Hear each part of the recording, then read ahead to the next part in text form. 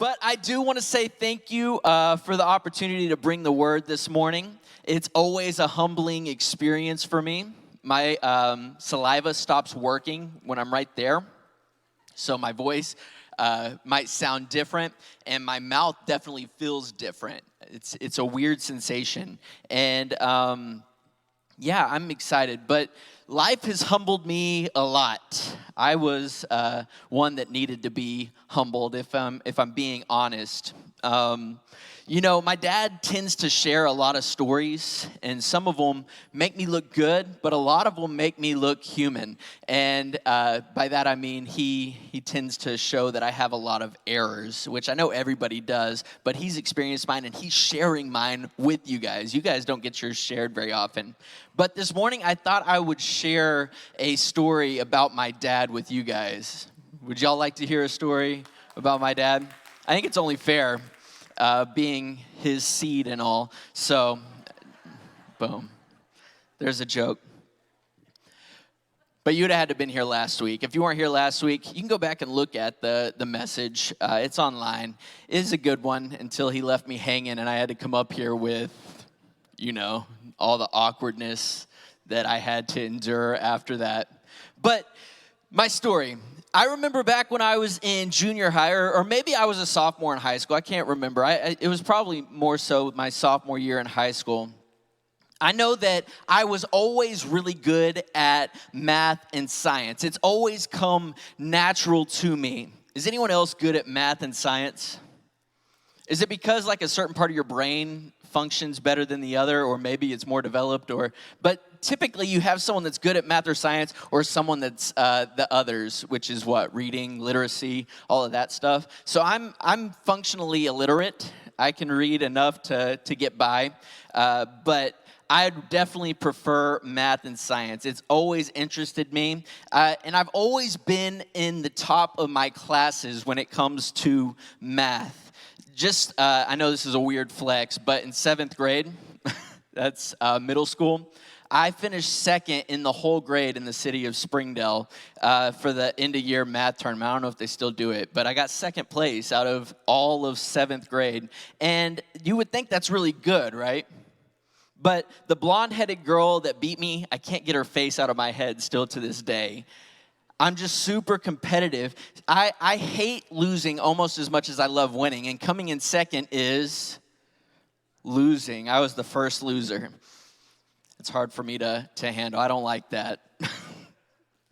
But I know the reason I'm telling you this is I need to establish the fact that I was good at math, and I am super competitive in anything that I do, okay? If I know that you're going to beat me, I'm probably not going to play or do whatever it is you want me to play or do. It's not going to happen because I need to know that I have a shot at winning. And if it involves skills, then I want to have time to hone those skills before I beat you. And trust me, if you give me enough time, I will beat you at whatever. You're like, no, you won't.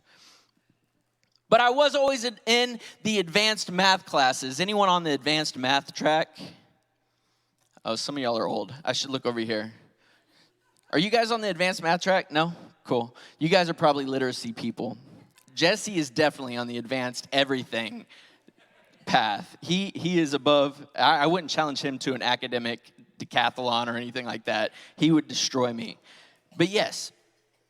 So I was really, really good. I was in all the advanced. I even finished all of my math requirements for college before I graduated from high school. So I didn't have to do any math after high school, which actually hurt me going forward because I couldn't remember how to do a lot of the math stuff because I haven't done it since I was 17 or 18. You would think that was really cool, but it was kind of weird. It's the thing that I loved and I no longer had to do.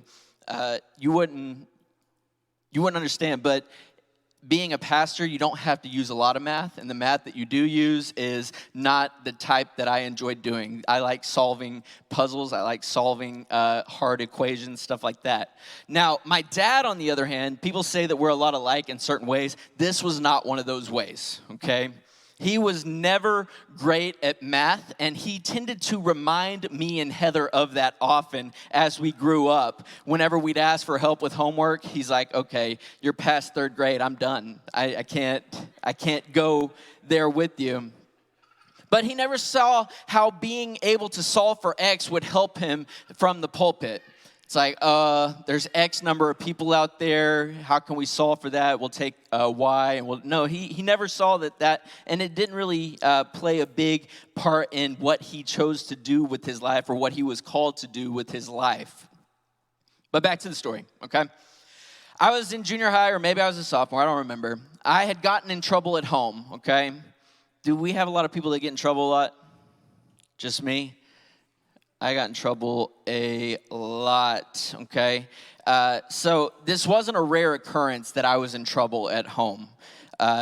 It probably stemmed from something here or at school or in the car or walking or, just anywhere, just because of who I am. I'm very sarcastic. I like to make remarks that make people uncomfortable, and I don't care who's uncomfortable, but when it makes my dad uncomfortable in front of people, that's when he gets mad. So it wasn't a rare occurrence. But I had finished my homework and was finally able to relax. And I was sitting in my dad's recliner in the living room, and I turned on the TV. And I don't know if it was the noise of the TV or what, but it caused my dad to stir, who was in his room at the time. And he knew I was supposed to be studying and doing homework, and he didn't think that I should have been done at that time. Like I had finished way too quick. But I was one of those people that did my homework in class while the teacher was instructing because I thought I was smarter than them. I wasn't, but I thought I was. But I turned on the TV, and it gave my dad a reason to get up out of his bed and come into the living room to check on what I was doing.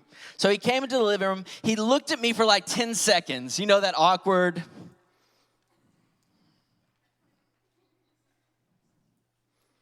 was like, yeah. And he said, "Did you finish your math homework?" Me, being not as smart as I thought I was, said, "Yeah, you want to check it?" Now, you have to understand my intent. I was trying to be offensive because I was mad at the fact that he was getting on to me and forcing me to do something I would have done anyway. But the fact that I was in trouble, I felt like I needed to take my shot somewhere. And I said that, and I knew that he wouldn't be able to look at the problems, let alone understand them. Like, he could look at them, but it looks like another language if you're not used to that kind of thing. But my intention was to offend him, okay? Little did I know, my dad doesn't get offended by things like that. But have you guys ever seen my dad mad? Has anyone in here seen my dad mad? A little bit? Well, you were a kid around him, so I've seen my dad mad a handful of times, and I think 3 of them, like, where he's like really, really mad, not just like, oh, you're in trouble, but like really, really mad. I think 3 of them were aimed at me. 2 of them were at other people, and one of them ended up with the other person in a ditch. I won't tell that story, but yes, there you go. I'll save that one for another day. Now, when I say mad, I mean really mad. The situation that I'm talking about today, he got mad, but it wasn't quite as mad as the time that I had wrecked the car. And I felt a certain level of conviction due to the fact that I was out past my curfew, and I had hit another parked car. It was a parked car. Isn't that terrible? But it was at 1:30 in the morning, and it was on like a Saturday night, which meant my dad had to preach the next day. And I drove home because I felt really bad that night. And I got home, and my dad asked what was going on, and this is when he got really mad, and I could tell by the response that he gave me. I told him I had wrecked the car, and I had been doing stupid teenage things. And basically, what he told me has scarred me for life. You guys want to know what he told me? He wasn't going to deal with it that night, which that's the first thing. Like, I was like, oh no, That means you're going to think about it. You're not just going to give me a reactive response to something I've done, but you're actually going to think about what you're doing. And I thought, okay, all right, I can deal with that. But then what he said after that is what really got to me. He told me that when I got up, what I would experience in comparison, hell would be a holiday. And I was like, I went to bed that night and I was like, I don't know if I ever want to get up. I might pretend to be asleep for the next 3 to 4 or 5 years until I'm no longer here and I can just go to college or wherever and not have to see him. But I don't know if I blotted out the next couple of days, but I don't remember a lot that happened those next couple of days, if I'm honest. Maybe it's a reactive thing to keep me functional in life, but I would assume that it was probably pretty bad. But that was him really mad, okay? Now, back to the story in the living room. I said, yeah, you want to check it? So he gave me that look. Some of you that have been in trouble, you know the look when you say something that you know right away that you shouldn't have. Mostly teenagers, you know this look because you get it from your parents a lot. It's like stern, but not quite like showing everything that's going on behind there. Me, I had to do what I could do at that moment. Just wait, brace for the impact. So then he said, which I didn't expect this. It caught me off guard. He said, you know I can't check it, but I can still beat your butt.